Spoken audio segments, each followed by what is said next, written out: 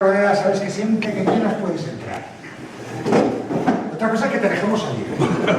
Eso es más fácil. Bueno, ¿no? Muchas gracias por estar aquí, compañeros. Pues nada, hay poco que presentar, ¿no? Carlos, que ya creo que muchos le conocéis, un camarada del partido, un comunista y un stalinista consciente, y consciente y que actúa como tal. Y bueno, que ha hecho un viaje que a mucha gente, ¿no?, a todos nos gustaría hacer y que nos viene a contar, ¿no? Un viaje que parece inverosímil, muy difícil, pero que iba a demostrar que se puede hacer y que tampoco es tan complicado, ¿no? Y que sobre todo que hay una serie de medios de comunicación que nos cuentan unas aventuras y unas historias que a lo mejor, Carlos nos explicará, no coinciden exactamente con la realidad. Yo me callo, yo voy a estar un poco ahí atrás pasando los vídeos. Y Carlos, que viene aquí muy preparado, pues ya arranca y va a contar esa maravillosa aventura de Moscú Pyongyang. Poca gente lo ha hecho. Solo hay uno antes. Adelante, Carlos. Bueno.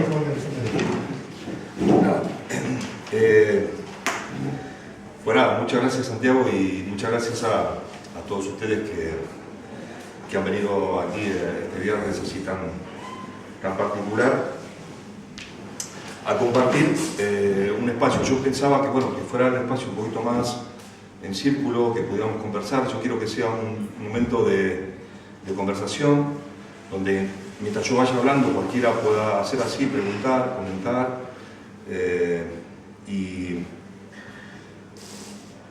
para hablar de esta cuestión que tiene que ver con esto que alguien llamó en su momento el eje del mal, ¿no? Entonces vamos a hablar de una de los puntos, de las coordenadas estas, que curiosamente coincide con otras coordenadas. Ustedes ya conocen, el eje del mal está, hay varios países, ¿no? Está Irán, Irak, Cuba, Brasil, ahora, Cuba, Venezuela, Yugoslavia y tal. Entonces, esta fue una frase que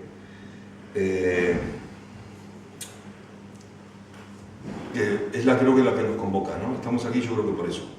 Vamos a intentar hacerlo, esta conversación con tres ejes. Un eje va a ser la cuestión como introductoria histórica, ¿no?, de la situación actual de la República Popular Democrática de Corea. Y otra es la cuestión geopolítica, para situar en qué momento está este país. Y otra la cuestión anecdótica, que yo creo que es lo que más le interesa a ustedes, la anecdótica, ¿no? Dice, bueno, en Corea las mujeres usan pantalones, en Corea los hombres no sé qué. Vale, pues vamos a hacer un poco de todo. Pero es importante situarlo en la cuestión histórica y geopolítica. Lo anecdótico acompañará a la conversación, al diálogo que tengamos aquí nosotros durante por lo menos unos 90 minutos. La famosa frase esta del eje del mal, ¿no?, en el año 90, recordarán ustedes, eran los estados fuera de la ley, decía el vaquero Reagan, ¿no? Le hablaba de los estados fuera de la ley. Luego vino el amigo Bill Clinton, ¿no? Y él le hablaba de estados canallas, los Rogue State. De ahí metieron una lista, de ahí entró Corea. Junto estaba Irak, Irán y Libia. Estamos hablando del año 93. Luego metieron a Yugoslavia, luego metieron a Afganistán y luego metieron a Sudán. Cuando cayó Yugoslavia, en el año 2000, la quitaron. Ya no era un estado canalla. Luego Afganistán entró en el 2001. Irak había salido, luego entró en el 2003. Luego a Libia la retiraron en el 2011. Pusieron, luego la quitan.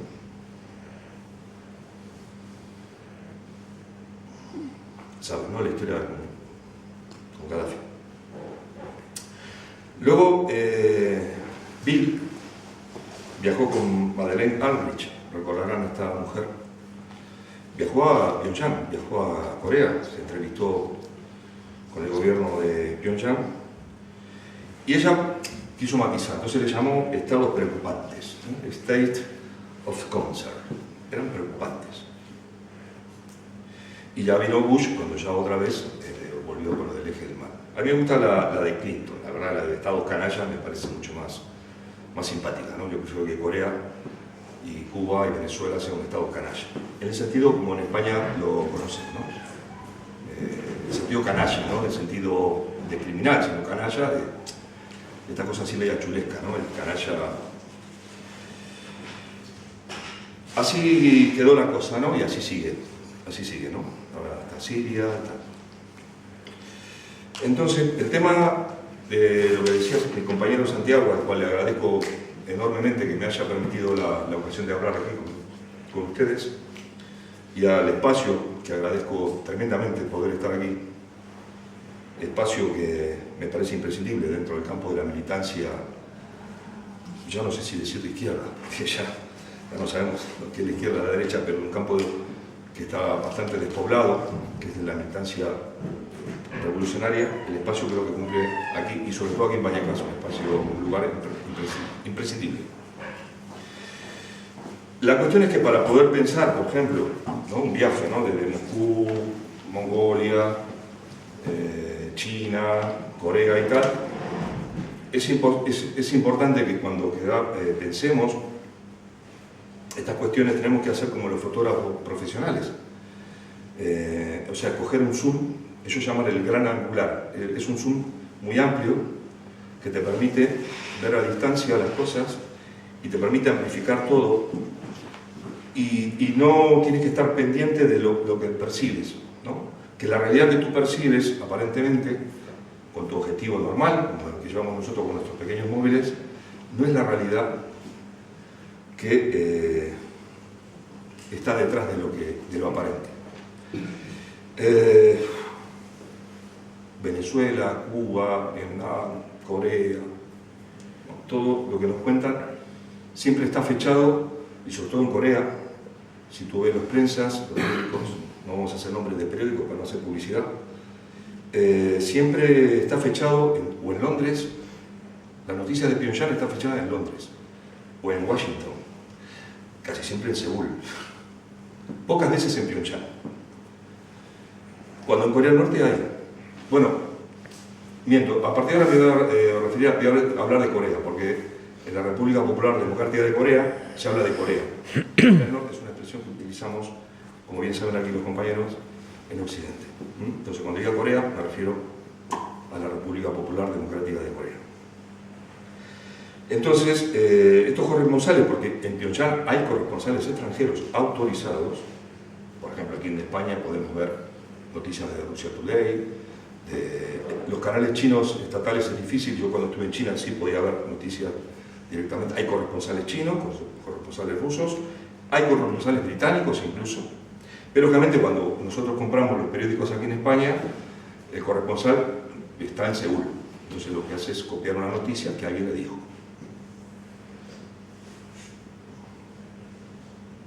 Por tanto, para entender estas cuestiones, necesitamos estas cuestiones, quiero decir, estos países que he puesto. Hoy no convoca Corea del Norte, quiere decir que hay otros países, como los nombré antes. Tenemos que quitarnos de esta mirada eurocéntrica, ¿no? Cuando vamos de turistas y comparamos, ¿no? Pues yo voy a tal sitio, entonces la avenida no es la misma de mi pueblo y tal. Nosotros tenemos una prensa en Occidente que no hace periodismo, hace turismo periodístico. Son corresponsales que hacen turismo periodístico o periodismo turístico. No son ni turistas ni periodistas, son corresponsales. Y entonces esa gente nos manda esta información, nosotros no la compramos. Le voy a poner un ejemplo sobre la habilidad que tienen los medios. Ustedes lo saben, estoy hablando, lo conozco casi a muchos de ustedes, la habilidad que tienen los medios para construir acontecimientos. La prensa construye acontecimientos. De un evento totalmente insignificante construye un acontecimiento. y nosotros compramos. Por ejemplo, les voy a poner un ejemplo que ustedes van a comprender muy bien. La prensa en Occidente nos dice que el mayor problema que tenemos es la corrupción, ¿no? La prensa, y luego los políticos, los dirigentes, ¿no? Los vecinos de los barrios, oye, ¿cuál es el mayor problema en España? La corrupción. Luego el desempleo, pero el primero la corrupción. Yo que tengo la suerte de ser, o la suerte y la circunstancia de ser sudamericano también, aparte de español, en Sudamérica es la corrupción y la inseguridad. Son dos problemas. En Brasil, en Argentina, Colombia, la inseguridad. Entonces se ganan unas elecciones. Por las inseguridades han caído un montón de gobiernos sudamericanos, más o menos en nuestra cuerda, y han caído. Porque claro, tú vas por Buenos Aires o vas por Sao Paulo y te pegan los tiros para robar tu móvil. Entonces el mayor problema es la inseguridad y la corrupción. Entonces en España es la corrupción. La inseguridad todavía no llegó. Esperemos que no llegue. Entonces nos quedamos como satisfechos. ¿No? El problema de España es la corrupción. Esto es como decir que un niño, una niña tiene fiebre, un bebé, una fiebre alta y resulta que alguien dice, o los padres o el médico, que el problema del niño es la fiebre. Y la enfermedad es la fiebre. Hay que bajar la fiebre. No. Cuidado, la fiebre es un síntoma. Y además, un síntoma de una problemática sistémica del organismo del niño o de la niña. Entonces, puede ser que la fiebre esté intentando defenderse de una infección. Con lo cual, la enfermedad no es la fiebre, la enfermedad es una infección. Entonces, hay que controlar la fiebre. Evidentemente, no bajar que el niño delire y la niña, no, hay que controlar. Pero generalmente los médicos, incluso los pediatras, tratan a los niños como que la fiebre, hay que bajar la fiebre, ¿no? El problema es la fiebre. La corrupción es algo igual, es un síntoma, es un emergente de un problema sistémico.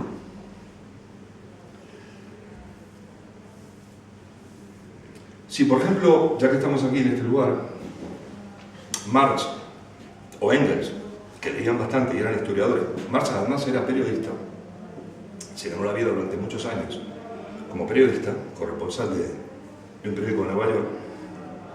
Si ustedes leen los textos de Marx y de Engels, ese análisis histórico que hacen de las cosas y ese análisis analítico, no dirían que el problema por ejemplo, de España o de Italia sería la corrupción. Dirían que es un problema sistémico.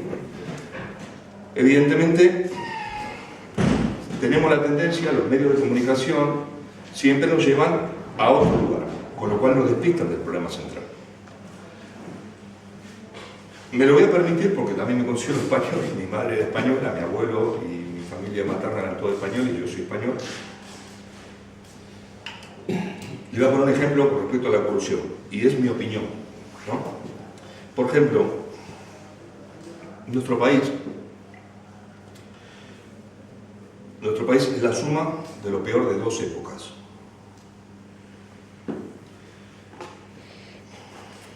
Es la suma de lo peor de la Edad Media, es decir, la Iglesia Católica y la monarquía, y lo peor de la Edad Moderna, que es el capitalismo tercermundista que tenemos aquí. Por tanto, la suma de lo peor de cada cosa no nos puede dar algo mejor, nos dará algo más o menos malo, pero no nos puede dar algo mejor. Esa es la situación sistémica. Con lo cual, la corrupción no es el problema. La corrupción es un emergente. Es un emergente como, por ejemplo, la explotación laboral, como por ejemplo, bueno, la explotación laboral estaría en la raíz de la cuestión, como por ejemplo la violencia,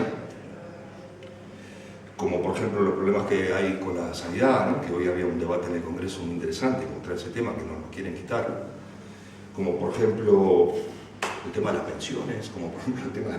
O sea, todo lo que tenga que ver con el sistema. El sistema está hecho para eso, está concebido para eso. Con lo cual, no podemos pensar que solamente el problema sea eso, porque si no, cambiamos lo que están dirigiendo, ponemos otro y ya está, la corrupción ya se está resuelta. Con esto quiero decir, les puse un ejemplo así un poco crudo, quizás alguno no lo comparta, pero se me ocurrió eso, yo hice mis apuntes. quiere decir que lo que nos dicen no quiere decir que es lo que es. Para hablar de Corea, por ejemplo, hay que pensarlo así, porque si no, yo voy a Corea y voy a decir, ah, bueno, pero la gente no tiene móviles, no tienen iPhone, no tienen no sé qué. Bueno, no sé, tienen, lo que sea. No podemos estar mirándolo con esa mirada eurocéntrica. Yo no creo que en África del Sur la gente esté pendiente de si, por ejemplo, una funcionaria del Estado, y ahí vamos a debatir, ¿no? Porque falsificó un par de notas en un máster que no le interesa a nadie y no tiene ningún valor académico, vamos a estar aquí toda la semana hablando del máster de alguien que, bueno, pues no es el problema. Es un desvío total. Toda la semana nos han tenido con la reina que no le dio la mano a la otra reina, o sea, tenemos dos reinas, o sea, lo peor de la Edad Media multiplicado por dos. Me parece estupendo. Hay programas de televisión que se dedican a eso. A mí me importa el pimiento si la reina no le da la mano a la reina. No es el problema. El problema es sistémico. Digo, lo peor de la Edad Media lo tenemos hoy día. No me importa si una funcionaria, por un cargo público que te falsifica 2 notas de un máster, tampoco le sirve para nada. O sea, es una cosa. Y todos entran. Bien, quiero decir, el desvío. Yo recuerdo cuando visité la embajada de Corea, de la República Popular Democrática de Corea, y lo tengo apuntado porque fue la mañana del 28 de octubre de 2017, no me voy a olvidar en la vida. La embajada de Corea está en Madrid, al lado del hipódromo, muy cerca del hipódromo de la Zarzuela. Es un edificio estupendo y me atendió amablemente un funcionario. Visité solamente una vez la embajada para que me dieran este visado que tengo aquí. Y el diplomático, el funcionario, saben que la embajada la cerró este gobierno. O sea, no es tan importante que una funcionaria falsifique 2 notas en un máster. Lo más grave es que un gobierno clausure una embajada que está legitimada en un montón de espacios del mundo. Eso es más grave. Nadie se preocupó porque resulta que el embajador de Corea no puede... No, pero bueno, a mí me dieron el visado. Y a cualquiera de ustedes se lo pueden dar. O sea, yo quiero aclarar una cosa. Yo no voy a hacer apología ni de Corea, ni de Rusia, ni de China, ni de Cuba. No, simplemente voy a decir, me voy a ceñir a lo que me dijo la persona, el funcionario, el diplomático que me dio este visado. Él me dijo, leo literalmente, porque recuerdo cuando salí de la embajada con mi visado, mi pasaporte, me dijo una frase que la apunté, yendo en el autobús hasta Moncloa, me dice: cuando usted regrese de nuestro país, o sea, Corea, me gustaría que volviera a nuestra embajada, esta, y nos cuente su experiencia, y cuente lo que usted mismo haya visto, y no lo que la prensa, no recuerdo si me dijo la prensa, pero bueno, creo que fue, y no lo que la prensa dijo que usted pudo haber visto. Un hombre tremendamente amable, educado, la verdad que me encantó que me dijera eso, porque me entusiasmó aún más de lo que yo ya estaba entusiasmado con mi viaje a Corea. Por tanto, lo que yo voy a contar aquí con ustedes, voy a intentar ceñirme a esta amable sugerencia que me hizo este hombre que me permitió viajar y entrar a Pyeongchang. La cuestión es que cuando visité el Museo de la Guerra en Pyeongchang, fue un día, me acuerdo que, bueno, yo viajé en noviembre y bueno, ahí oscurece temprano, a las 4:30, 5, ya empieza a ser de noche. En noviembre, no hacía mucho frío, ahora hace un frío tremendo. Tuve suerte con el tiempo. Cuando fui a visitar el museo había una guía, una muchacha, una militar, que era la guía del museo, obviamente. Estaba yo solo con ella. El museo es verdaderamente espectacular. Tienen ahí no sé cómo se dice, un brazo del río Taedong, ¿es? El río Taedong que está ahí en Pyeongchang, un río maravilloso. Y hay un barco, hay un buque que se llama el barco Pueblo, que Corea era un barco espía de Estados Unidos que en el año 61, creo, 62, no sé qué, lo tomaron y ahí está. Es un barco americano que tú puedes entrar y ver como... Es muy interesante. Pues la cuestión es que esta muchacha... Por eso es lo bueno de ir a los lugares solos, porque si vas con un grupo es un problema, vas con un grupo, vas con mucha gente, como los japoneses cuando vienen aquí a Madrid, ¿no? Entonces, si uno va solo, mi guía estaba exclusivamente para mí. Ella hablaba un inglés perfecto, yo el inglés, la verdad que no Lo entiendo, pero ahí yo creo que entendía más de lo que yo pensaba. Sabía más inglés del que yo creía. Y entonces ella se sorprendió cuando yo le conté a esta muchacha, esta mujer, que yo venía desde Moscú en tren hasta Pyeongchang. Le sorprendió. Son un montón de kilómetros, ¿no? Digo, sí, 12.000. Son 12.000 kilómetros. Un montón de trenes y tal. El viaje no lo hice directo, o sea, yo fui parando en toda la ciudad. Entonces yo estaba medio entusiasmado, yo no sé, dije, bueno, pues a ver, que viene de Moscú a Pyeongchang en tren. Y la muchacha, recuerdo perfectamente, esbozó como una sonrisa, así muy orgullosa, y me dice, bueno, hubo alguien antes que usted que hizo este viaje. Ahí quedó la cosa, y bueno, yo hice como que no entendí. Curiosamente me preguntó, y no fue solamente esta mujer, sino en otros lugares también, sobre España, porque yo le dije que era argentino, pero vivía en Madrid, y que me preguntó sobre, primero empezó con el fútbol. Dice, ¿vives en Madrid? Me dice si era del Barça o del Madrid. Me acuerdo, es una anécdota, esto es una anécdota, ¿no? Te preguntan en todas partes. Bueno, vivo en Madrid, pues soy del Barça. Ah, pero eso no es un problema, ¿no? Como si alguien se entere que tiene que ver, ¿cómo sabe esto, no? Bueno. Y me preguntó, hubo 3 o 4 personas que me preguntaron en Corea sobre la propuesta de división de España. Curioso. Yo estaba aburrido de todo el tema, porque yo me fui en octubre y aquí España estaba en todo el momento este que ustedes ya saben, no quiero ni nombrarlo, pues no me voy a aburrirlo más de lo que yo me voy a aburrir. Pero les sorprendía mucho que ellos que están peleando para unificar la península, que haya un lugar, España, que saben bastante bien. No solamente saben quién es Messi, sino que también saben lo que pasa aquí, quiera dividirse. No lo entiendan. Llevan desde el año 45, ¿no? Queriendo unirse, ¿no? Y aquí queremos dividirnos, pero bueno. La cuestión es que yo había pensado eso. Desde el año 45, 1945, el único que había hecho ese viaje había sido yo.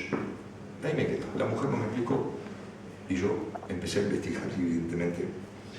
Resulta que en el año 1945, eso ya lo sabía. Ustedes saben que hubo una campaña militar que emprendió la Unión Soviética, que se llamaba la Tormenta de Agosto. La Tormenta de Agosto fue una campaña que comenzó en el mes de marzo de 1945, después de que... en agosto. O sea, empezó en abril de 1945, a finales de mayo de 1945, después de que la Unión Soviética había asaltado Berlín. Una vez tomada Berlín, había un acuerdo, ustedes saben, la conferencia esta famosa de Yalta, donde la Unión Soviética había decidido ir hacia liberar el territorio de Manchuria. Manchuria sería como el norte de Mongolia, que se llama la provincia de Liaoning, ha cambiado los nombres. Japón tenía controlado Manchuria y la península de Corea. Y entonces la Unión Soviética pues, manda todo su ejército hasta ahí y bueno, en la famosa campaña que se llama la Tormenta de Agosto. Vamos a volver sobre el tema.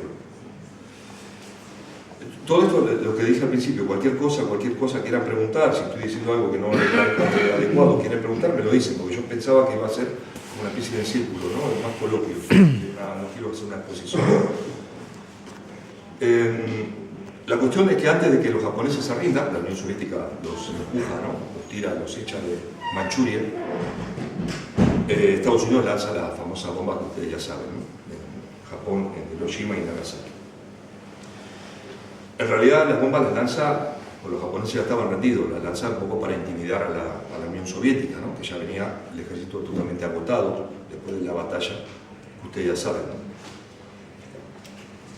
De todas las batallas, Stalingrado, Leningrado, Kursk, Berlín.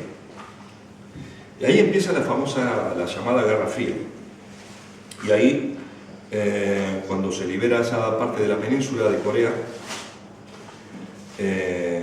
Estados Unidos entra y se establece, Truman pide el famoso delimitar las zonas y empieza lo del famoso paralelo 38, ¿no? división arbitraria. Se establece ese paralelo, 1945, con lo cual el ejército de Estados Unidos se queda en el sur y el ejército soviético se queda en el norte. En el año 50, en julio de 1950, los Estados Unidos, o sea, el gobierno de Seúl, el gobierno típico de Seúl, hubo muchas escaramuzas en esa frontera, pero deciden invadir el norte. Y ahí empieza la famosa, la tristemente trágica guerra de Corea, ¿no? Que duró 3 años, como ustedes saben. Esa guerra, es que tengo un vídeo que luego lo vamos a poner, dura 7 minutos, lo compré allí, bueno, lo compré, me lo regalaron en el Museo de la Guerra, y es la versión que yo creo que es la más históricamente válida, que es la de cómo comienza la guerra de Corea. En Occidente nos cuentan que fue el gobierno de Corea del Norte, apoyado por la Unión Soviética, que decide invadir el sur. Pero hay historiadores, aparte historiadores neutrales, no historiadores así entusiastas como puedo ser yo, que no soy historiador, pero sí soy entusiasta. Bueno, ya les pasaré la información. Bueno, la cuestión es que ellos invaden, bueno, la guerra dura 3 años, y en el año 53 se firma un armisticio, que es el que está en vigor. Con lo cual nunca hubo un acuerdo de paz, con lo cual Corea está en guerra con Estados Unidos. Hay muchos países en el mundo que están en guerra con alguien, casi todos con Estados Unidos, pero hay muchos. Corea es uno de ellos. Por tanto, cuando alguien les pregunte, o cuando ustedes me pregunten a mí, pero en Corea tú puedes ir para aquí, no, es un país que está en guerra. Corea no es Túnez. Bueno, no sé Túnez, yo no conozco Túnez, no sé, puse mal ejemplo. Corea no es, yo qué sé, es que no se me ocurre, Portugal, por decir algo. No es Cuba. Cuba no está en guerra. Está bloqueada, pero no está en guerra. Corea está en guerra. Entonces, pero entonces tú vas en el metro y puedes decir, estoy en un país que está en guerra. La pregunta es estúpida. La pregunta en sí es estúpida. Primero hay que entender que es un país que está en guerra con la OTAN y Estados Unidos. Y ya después podemos preguntar. ¿Me explico? O sea, no todas las preguntas son pertinentes para todos los lugares.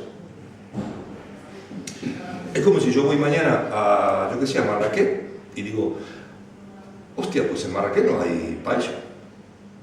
Y bueno, imbécil, estás en Marrakech, tendrás que ir a Valencia. Más o menos las preguntas que se hacen sobre Corea son esas. Bien, para muchos historiadores, y yo comparto esa versión, y yo he investigado bastante el tema, llevo muchos años intentando entender lo de la Segunda Guerra Mundial. Para muchos historiadores la Guerra Mundial empezó en abril en el año 39, cuando la Unión Soviética entró en guerra con Japón. Y acabó en el año 45, en esa batalla tremenda que fue la tormenta de agosto. Luego vino, acuérdense que en el abril empieza la batalla de la Unión Soviética contra los japoneses, en el 39, en Manchuria, y Alemania invade Polonia en septiembre del año. O sea que siempre se pone como punto de inicio de la Guerra Mundial, la segunda, la invasión de Alemania en Polonia. Pero los que han investigado un poco dicen que bueno, que no. La cuestión es que el 22 de mayo de 1984, tengo aquí la hemeroteca, el diario ABC, en la edición del 24 de mayo del 84, publica una noticia donde dice: el presidente norcoreano, Kim Il-sung, fue recibido oficialmente en Moscú. Ahí ya entendí por qué la muchacha me dijo que había habido alguien que había hecho el viaje. Kim Il-sung fue desde Pyongyang en tren en un viaje de 6 días hasta Moscú, y ahí fue recibido por todos los altos mandos del gobierno de la Unión Soviética. Bueno, Gromyko y Konstantin Chernenko y tal. Bueno, yo el año pasado hice el viaje al revés. Entonces fui desde noviembre fui desde Moscú hasta Piaget. 1984, o sea, la Unión Soviética todavía estaba supuestamente en su esplendor.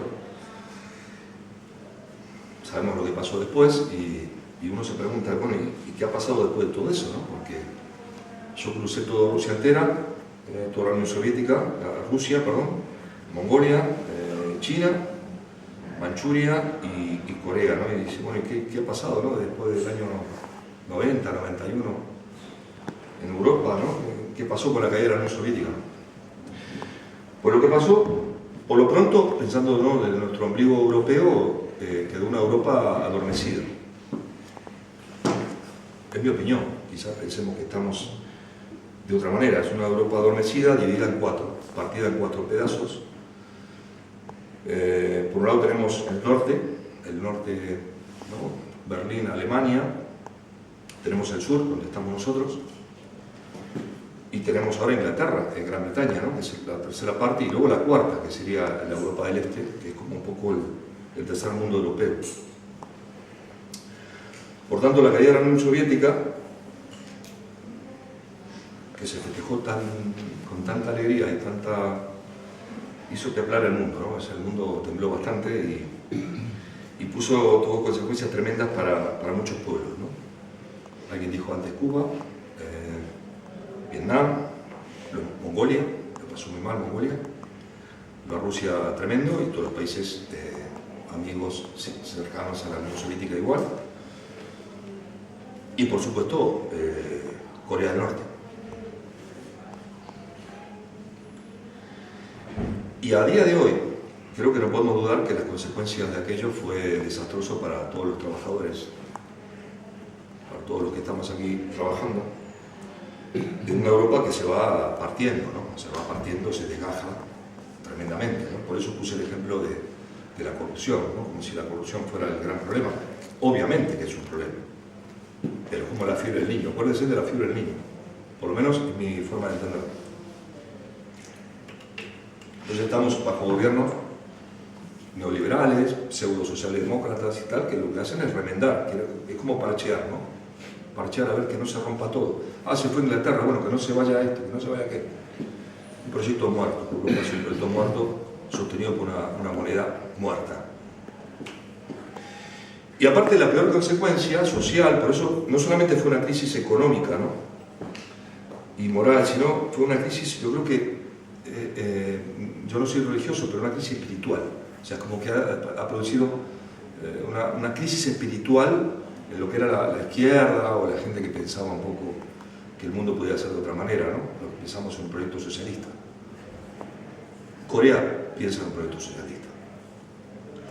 Y eso ha llegado a que hay un desplazamiento tremendo a la derecha de todos los partidos políticos, de toda Europa, Sudamérica. Si ustedes conocen uno que no, me lo dicen, ¿eh? Pero todos.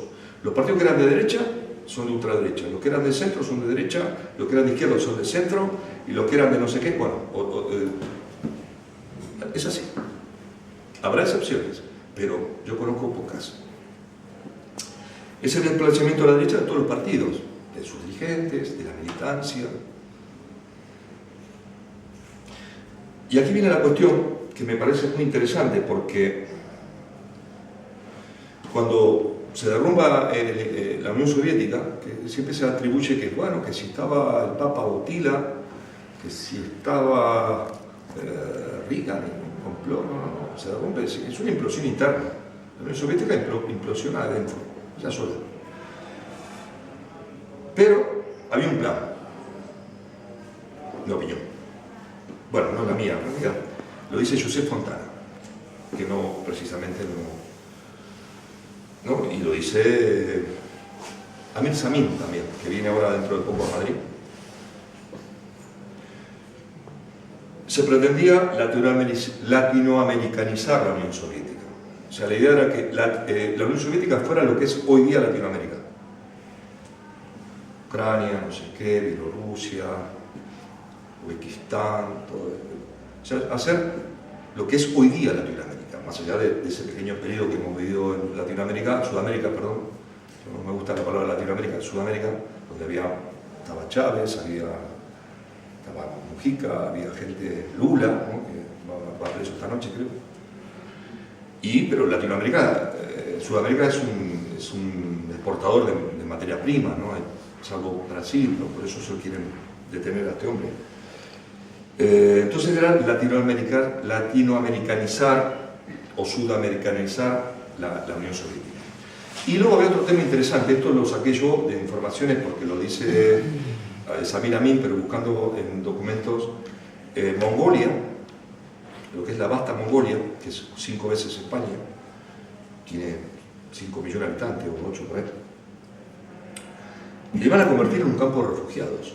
O sea, la idea era invadir Corea del Norte, arrasar Corea del Norte y todos los coreanos, los 10 o 12 millones que son, a crear un campo de refugiados. Imagínense el desierto de Gobi, aquello es tremendo, ¿no? Y una vez que fuera arrasada Corea, como fue arrasada Libia, como fue arrasada Irak, ¿no? y linchar a su líder, como hicieron con Gaddafi, como hicieron con Saddam, como quisieron hacer con Fidel, ese era el plan. La cuestión que han pasado 28 años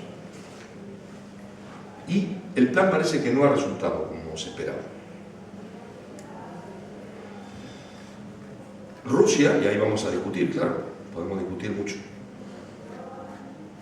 que en principio se había entregado a la OTAN, como ustedes bien saben, y al capital occidental. Curiosamente, Rusia no cedió el territorio, o sea, lo que es Rusia, sigue siendo Rusia. Es el mismo territorio, no cambió la frontera. Es curioso porque cuando salí de Moscú en el Transiberiano, me acuerdo que pasé por varias ciudades, Ekaterimburgo, Novosibirsk, Irkutsk y tal, y en cada ciudad que llegaba me hacía una foto en la plaza del pueblo, la plaza de la ciudad. Novosibirsk es una ciudad impresionante en mitad de Siberia. Y en todas hay una estatua de Lenin. Y en todas la plaza se llama esquina Carlos Marx con Lenin, Federico Engels. Por ejemplo, en el Ekaterimburgo hay una calle que se llama, una esquina es Federico Engels con Rosa Luxemburgo. Bueno, normal, como para hacerse un selfie. Eso es Rusia. Más allá, después podemos discutir. Pues la cuestión es que Rusia no se convirtió en Sudamérica. China, nos guste o no nos guste, es la fábrica del mundo. Pero no solamente material, sino que financiera. Y además es la mayor acreedora de Estados Unidos, es China.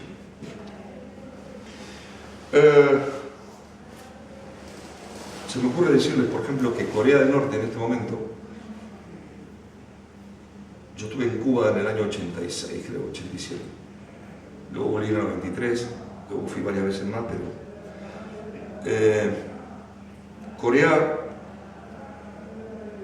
y lo dicen allí, está actualmente, la situación que está es como China hace 30 años. 30 años no es nada, ¿no? Tango dice 20 años no es nada. Corea del Norte, la situación que está, y luego vamos a entrar a hablar de Corea más en profundidad. Yo estoy haciendo un poco un recorrido, como si estamos en el Transiberiano y vamos bajando y vamos pensando un poco entre todos.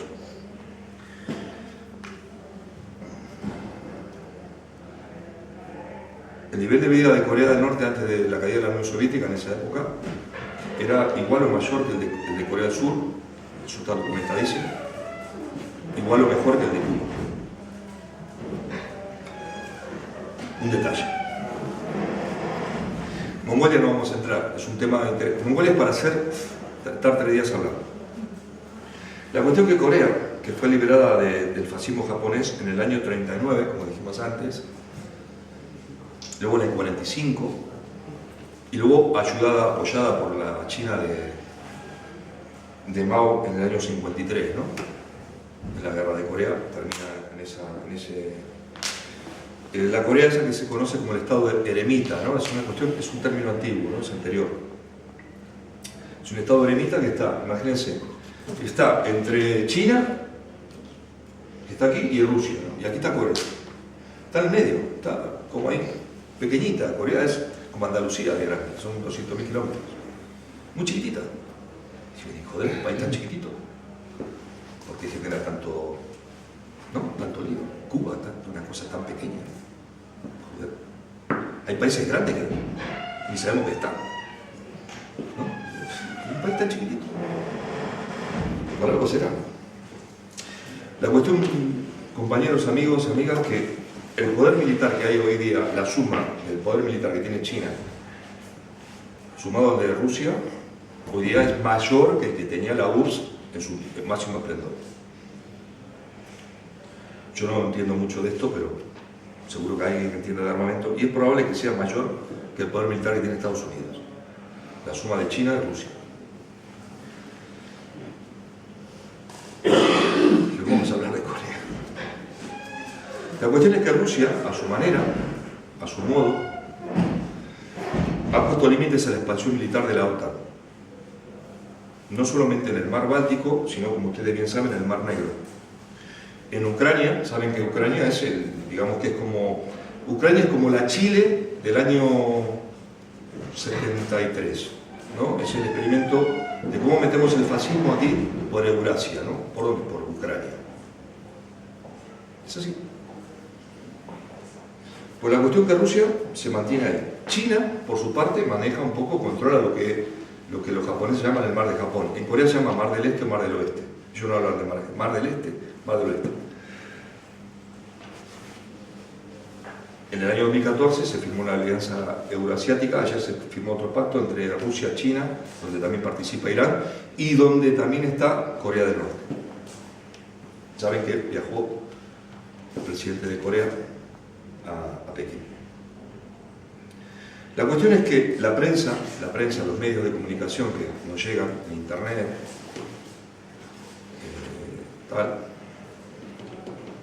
pero no solamente la enemiga, decirlo de alguna manera, la burguesa, la neoliberal, sino también la supuestamente amiga, la pseudo progresista, se empeñan en ridiculizar todo el tiempo el régimen de Pyongyang, todo el tiempo, y a sus líderes. También ridiculizaban a Putin cuando iba a pescar ahí al lago Baikal, ¿no? Que salía ahí el hombre con sus culillos. Al chino no pueden, porque el chino es más, así como un poco más obvio, pero también, ¿no? El chino es un autócrata que se ha inmortalizado en China eternamente, ¿no? Estaba el libro está por ahí el de Xi Jinping. Y cuando ridiculizan a estos países y a sus gobernantes, me recuerda cuando vino Evo, ¿no? Vino Evo Morales a Madrid, el año 2000 creo, cuando fue elegido presidente en Bolivia, en la República de Bolivia. Se reían porque Evo venía con una chomba, ¿no? En la chomba es como un jersey, así con doble cuello, unas rayitas, así todo hecho con lana de oveja, hecho a mano. Y hombre, se burlaban, pero gente, yo conozco, tenía compañeros que no precisamente eran de derecha, compañeros, se burlaban, ¿no? Porque el tipo iba a una audición con el rey en chomba. En jersey sería, ¿no? Entonces tenemos esta tendencia de reírnos de lo que no entendemos, como cuando Gaddafi vino aquí con su Jaime. Pero entonces lo más triste es que incluso los partidos de izquierda, organizaciones que se llaman de izquierda, hacen esa crítica burlona, salvaje, cutre. ¿No? En la República Popular Democrática de Corea, los líderes, pues lo que hacen es echar a los familiares a los perros. Que se los coman. Las mujeres no usan pantalones. Hay 15 cortes de pelo para los hombres. Te confiscan todo, las cámaras, los móviles. Y nadie se preocupa en confrontar la noticia, no nosotros, porque nosotros no podemos ir a Corea todos los días. No tenemos ni los tiempos ni lo que fuere, ¿no? El dinero. Pero los periodistas, por Dios. Un poco de por favor, ¿no? O sea, por ahora, ¿no? Porque te dice el canal de noticias, la CNN, que se echan a los cuñados y los tíos a los perros para que se lo coman vivo, bueno, pues confrontan, ¿no? Contra... Marx no haría eso. Cuando él escribía sus crónicas sobre la crisis de Europa, Marx mandaba esos artículos de la editorial del New York Daily Tribune, el tipo contactaba, ¿no? Aquí no, se mandan noticias sin nadie corroborar. La cuestión es que estos pueblos, ¿no?, que parece ser que están, bueno, parece no, están lejanos, están del otro lado, están a 20.000 kilómetros prácticamente del otro lado, son pueblos muy cercanos, porque el pasado de ellos nos compete, el presente nos compete y nos interpela. El presente de estos países nos interpelan a nosotros, nos preguntan. El problema es que no escuchamos, ya no hablemos del futuro.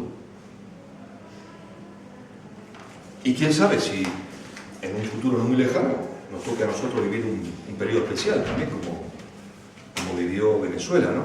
Como está viviendo Venezuela, como vivió Cuba, como está viviendo Corea. La cuestión es, voy a hablar 20 minutos más y lo que les dije antes, cualquier cosa me van diciendo, levantan la mano, che, Carlos, esto no es así, o no sé. Por eso dije que quería tratar un poco estos tres ejes, ¿no? La cuestión histórica, yo me considero materialista histórico, o sea, materialista histórico, como se llame. Hay que pensar las cosas en su contexto histórico y su contexto geopolítico. Si no, no se pueden entender las cosas. Y luego el anecdótico, que es interesante. Fíjense una cosa, en el año 1992 la Rusia estaba gobernada por Yeltsin, que fue elegido en las elecciones. En enero se pasa, bueno, estos informes que hacen todos los gobiernos del tema de la inflación, ¿no? Anual y tal. Rusia tenía una inflación de 2.500%. O sea, un corralito, como el que pasó en Sudamérica, como pasó en Venezuela, en Argentina, 2.500%. Tremendo, o sea, había una cesación de pago tremenda. O sea, la deuda interna era imposible, nadie podía pagar nada. Un montón de países como imprimían los rublos, cada uno a su bola. O sea, en Uzbekistán hacían sus rublos, en Rusia, en Bielorrusia, en Ucrania, cada uno imprimía sus billetes. Un descontrol absoluto. Y el rublo, en ese momento llegó el rublo, curiosamente, un euro valía 6 rublos. Una catástrofe. 1992. Es como si mañana el euro, un euro valdría, no sé, un dólar valdría 60 euros. Estaríamos todos como locos, no podríamos ir a tomar una cerveza al bar del espacio. Hoy día el rublo vale, un euro vale 7 rublos. Tremendo. Bueno, ¿qué pasó ahí? La banca rusa, gobernada por antiguos miembros del comité, o sea, del partido de la Unión Soviética, emitían deuda, los bonos de deuda. Esto que siempre, ustedes, los que saben más de economía, que aquí veo a alguien que sabe mucho, saben, ¿no? Cuando los estados emiten deuda, es la deuda que tú tienes como acciones, ¿no? Cuando un estado empieza a emitir deuda tremenda, es una operación de desmantelamiento absoluta, que fue lo que pasó en la Unión Soviética, ¿no? Hay un caso muy emblemático, que es el que era el secretario general del Komsomol, que era como la juventud comunista de allí, Mikhail Godorkovsky. Este hombre compraba estos bonos y con dinero público montó una petrolera. Pongo este ejemplo, O sea, como los funcionarios que estaban en la URSS, en el gobierno, dentro del Partido Comunista, disuelto, ellos se apropian de los bonos y compran. Este monta una petrolera que se llama Yukos, famosísima, con dinero público. Bueno, la cuestión es que en el 2003, o sea, pasó unos cuantos años, el tipo se infló a hacer dinero. Imagínense, Gazprom, lo que sabía, o sea, los gasoductos petroleros, tremendo, ¿no? En el 2003 estaba este hombre, ¿no? Este pequeño Putin, ¿no? Voy a hablar de Putin después de 2 minutos. Lo pillan y lo condenan a la cárcel, 15 años de prisión. Hubo muchas más condenas, Pongo esto porque era emblemático, porque era el secretario de la Juventud Comunista de Rusia, de la Unión Soviética. Y lo meten a la cárcel 15 años, claro, tampoco le podían fusilar porque había un régimen. Luego lo liberan, lo indultan en el 2013, o sea, tuvo 13 años, le confiscan todo lo que pudieron el Estado y vive, hoy día vive en Rusia, en Suiza, lo estuve buscando. Un ejemplo emblemático, como la famosa Glasnost, esta perversa Glasnost, Gorbachev y su perestroika y tal, esta cosa confusa, dos golpes de Estado, ¿no? El golpe de agosto, luego el golpe de diciembre, la cuestión que la Unión Soviética se disuelve y no pasó nada, porque no hubo manifestaciones en la calle, no pasó nada. Curiosísimo. La cuestión es que, lo que decía antes, ¿no? La superficie de Rusia, el pacto fue Rusia, Ucrania y Bielorrusia, ¿no? Ellos tres, pero era Putin, era Yeltsin, ¿no? Que armó toda esta historia. La cuestión es que Rusia volvió a sus fronteras, que eran las que tenían en el siglo XVIII, las mismas, o sea, la Unión Soviética se desintegra, pero la Rusia se mantiene tal como estaba. Y bueno, pues empieza este gobierno, Putin lo pone Yeltsin, ustedes sabrán, y Putin, bueno, pues tiene que, yo no voy a hablar ni a favor ni en contra, solamente contaré lo que yo creo que pasa, ¿no? El tipo tiene que negociar un poco con estos oligarcas y todo un tema muy interesante, que la Iglesia Ortodoxa rusa, que también hay que tenerlo en cuenta. Realmente no hace tanto aspaviento como la católica en Europa, pero la Iglesia Ortodoxa rusa tiene un poder importante, ¿no? Lo curioso de todo esto, que tú, por ejemplo, si algún día van por el centro de Siberia, yo estuve en Novosibirsk, una de las ciudades que es como la capital, o sea, esto está en la mitad de Siberia, como la capital de Siberia, es un lugar muy curioso, muy bonito, y hay un centro tecnológico tremendo que estaba en la época de la Unión Soviética. Y ahí tuve la suerte de conocer gente que hablaba más o menos castellano, y visité un centro tecnológico. Y es curioso porque en Rusia cayó una nevada tremenda, y ahí las nevadas no paralizan el país, o sea, el país funciona. Nosotros aquí en Rascafría caen 2 gotas de nieve y se fue un desastre. Los autobuses funcionan y los trolebuses, o clock, los trenes ni hablar. No hay corte de energía, de luces, no se ven mendigos. No sé si Putin los mata a todos, no lo sé, pero no se ve. Y hablando con gente de ahí, que tiene un salario en proporción al europeo, la relación de precio-salario es similar, no hay mucha diferencia, un sueldo ahí son 400, 500 rublos, pero un teléfono vale 5 euros al mes, y nosotros pagamos 50. O sea que la relación precio, a pesar de todo lo que pasó, y hay cosas que son caras, ellos no pueden ir a un restaurante toda la noche. Pero lo curioso es que no se ven indigentes, las calles parecen seguras. Yo estuve en Irkutsk, Novosibirsk, Ekaterimburgo, Ulan-Ude. Y es curioso, digo, bueno, y cómo esto no acabó en una catástrofe, ¿no? En una guerra civil, ¿no? Este desmantelamiento que hubo.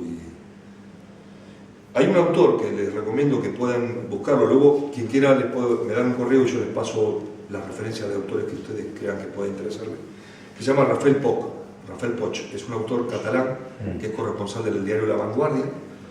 Actualmente está en Berlín y él estuvo muchos años en China y en Moscú. Y él dice en su libro sobre la transición rusa, Rafael Poch habla de que, bueno, que no hubo saqueos ni corralitos, ni la gente se mató entre ellos, entre los rusos, porque la sociedad civil rusa es tradicional y comunitaria. Y yo puedo agregar que es una sociedad solidaria. La gente es muy amable en Rusia. Quizás los rusos son un poco más secos, los hombres, ¿no? Pero la gente es muy amable. Todo misterio. Todo misterio. Pero ahí está. Nos guste o lo critiquemos. De Putin solamente voy a decir 2 cosas. No soy putiniano, pero le tengo un respeto bastante importante, porque soy sudamericano aparte de español. Putin tiene muy mala prensa en Europa, muy mala prensa en España, incluso en organizaciones de izquierda, mejor prensa en Portugal y mucho mejor prensa en Sudamérica. Luego Argentina, Brasil, y también tiene muy buena prensa en Venezuela, en Cuba. Es así, la realidad es esa. Es como los amigos que uno tiene, o sea, uno lo valora por los amigos que tiene, o sea, no por lo que uno es. Putin parece ser que en Sudamérica le tiene mucho respeto, no voy a entrar más en el tema. Bien, ya estamos llegando a Corea, estamos en China. Imagínense, cruzamos el desierto de Gobi, salimos de Rusia y ahora pasamos a Mongolia, a 38 bajo cero, me tocó un día. Cambiamos los buggy de los trenes, porque hay que cambiar el buggy, levantan todo el tren, cambian todos los buggy y ya entramos a China. En China tenemos la suerte de tener un compañero, un camarada que vive allí, que es Lucas Gutiérrez, que dio una charla sobre China. Sí, verdad. El año pasado. No, creo que fue. No. Perdona, con Alex. Entonces tenemos la suerte que Alex también conoce China y Lucas vive allí y trabaja en China. Y habla chino. ¿Eh? Y habla chino. Habla chino mejor que Xi Jinping, sí, mejor que Mao. Sí, aprobó el top FIPS, no sé qué. Sí. Él vive en Harbin. Harbin está a unos 2.000 kilómetros de Pekín hacia el norte. Y Harbin está a unos 1.800 kilómetros de la frontera con Corea del Norte. Mi viaje, ya cuando ya conseguí este visado, pues ya me fui a Corea, entonces ya no fui a visitarle, pero nos mantenemos en contacto, un teléfono que compré una tarjetita y hablábamos mucho con él y me ayudó mucho para entender China.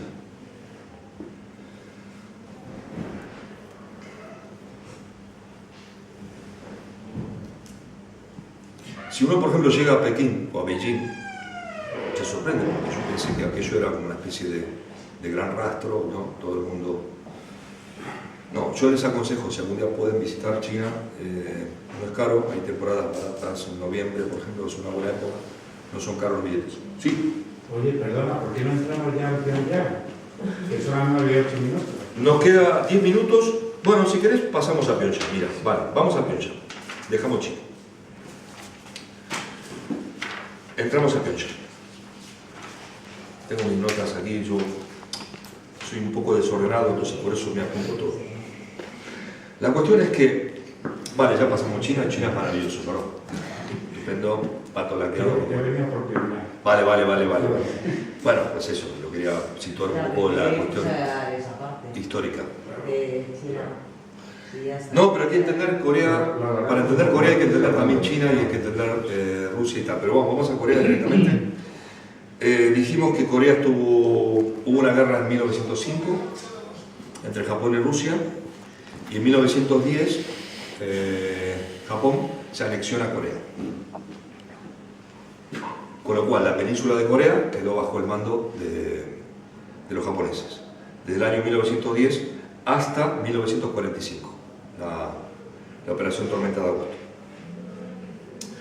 Los coreanos eran esclavos, prácticamente, era un régimen feudal y Japón, por eso hay ese resentimiento, bueno, no sé si resentimiento, pero ese resquemor con Japón, ¿no? Se portaron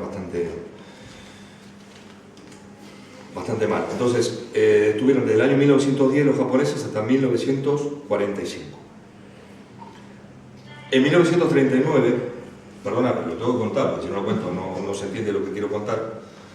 En 1939, Japón invade Manchuria. Japón tiene Corea, parte de Manchuria, y Japón quiere entrar a Mongolia y lo que era territorio soviético.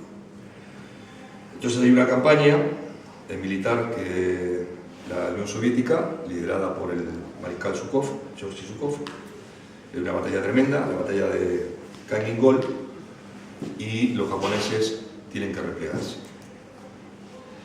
Previamente, y esto es muy importante contarlo, Mongolia firma un pacto de amistad y de apoyo de defensa con la Unión Soviética en 1924 y se establece un régimen socialista en Mongolia.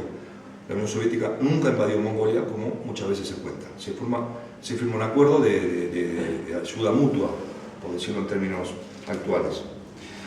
Con lo cual, el general Zhukov, al frente del grupo de ejército soviético-mongol, derrota a los japoneses y los japoneses tienen que replegarse. En 1939, mayo, luego Alemania invade Polonia en septiembre. Con lo cual, en 1945, previamente la famosa conferencia esta de Yalta, se reúnen pues, Estados Unidos, Gran Bretaña y la Unión Soviética,